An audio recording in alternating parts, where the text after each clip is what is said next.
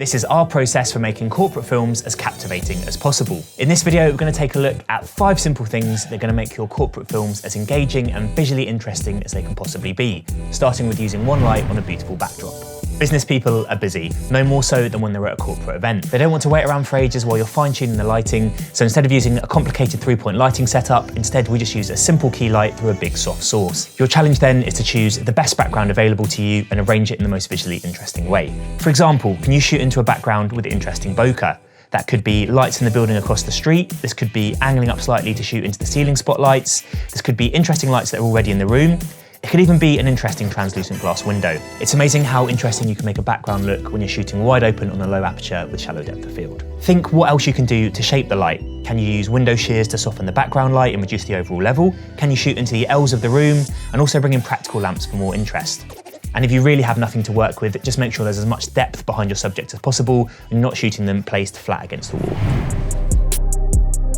If you're shooting a highlights video of an event, you can elevate it from just a simple general montage by capturing the story of the day within your piece. Think of a video as being a tool to explain to people who weren't there what actually happened. In practice, you could start by showcasing an exterior shot of the location, see attendees arriving, greeting each other, and then walking into the first talk. Showcase the first speaker and then see the audience reaction.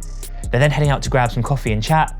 Next, they head to breakout rooms for smaller group discussions before the day ends with drinks and networking. When filming an event like this, all your B-roll can start to look a little bit similar.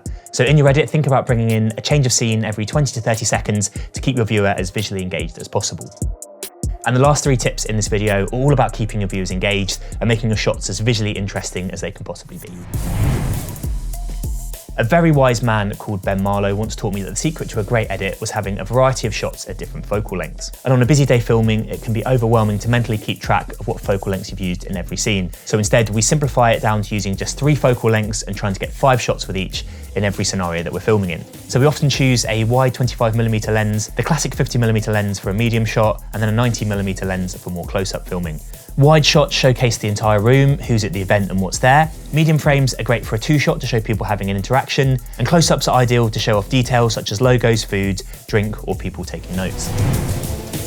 A great interview frame is always helpful, but you can really elevate your production by having 2 or even 3 camera angles on each interview that you do. Multiple interview angles are primarily chosen because they allow you to cut out any ums, ahs, stumbles, pauses, and seamlessly cut between different parts in the speaker's narrative without having to jump cut if you only had one camera option. But not only do multiple interview angles allow you greater control over the narrative, they also keep the viewer visually engaged as you cut between different angles of the same scene. If you're unsure what to do, again refer to the 20, 50, 90 rule. Shoot a wide-on front shot using the 25mm, a medium shot from a slight angle on a 50mm, and then get creative with your 90mm. You could use this to get gently moving shots, or you could also film things like the subject's hands to bring in some general cutaways that you can use at any point.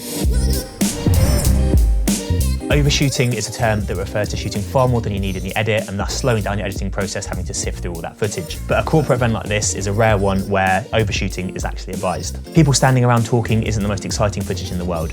So at corporate events, you're going to want to hold your shots for longer than you normally do. Anything from 10, 20, 30 seconds, waiting for moments of interactions, laughs or smiles, anything that's going to make your edit a little bit more exciting. These shots are really going to be key. Knowing that you've overshot when it comes to your edit, rather than having to painstakingly look through every single frame you've captured on the day, instead you can quickly skim through and just look for the best bits, the laughs, the smiles, the shots that are really going to make your edit as visually engaging as it can possibly be. We hope these tips help you when you go into your next corporate film production. It's often not the most glamorous area of filmmaking to be working in, but it's a fantastic opportunity to really work on your craft and see how visually interesting that you can make a scene.